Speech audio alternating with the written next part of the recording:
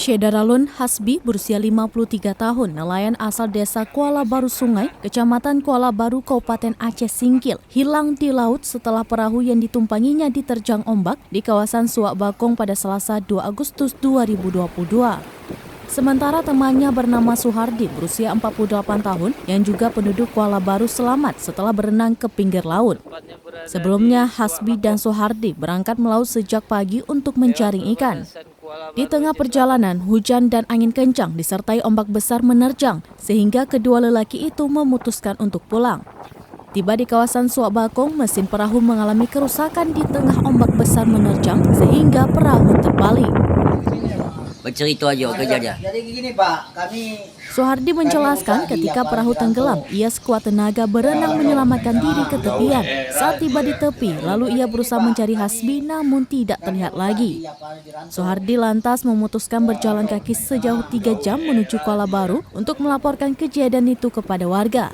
Camat Kuala Baru, Mansurdin mengatakan ketika mendapat informasi tersebut, pihaknya bersama aparat TNI, Polri, dan pemuda setempat langsung bergerak ke lokasi. Namun hingga hari ini, upaya pencarian belum membuahkan hasil. Tim pencarian hanya menemukan perahu kayu milik korban terdampar di pinggir pantai dekat dengan lokasi kejadian. ya. Hah? Ya, mencari Ngembolo. Ya, ada jaring itu, nangkap itu ada 2 jaring maning di atas tuh. Hah? Nama saya Suhardi.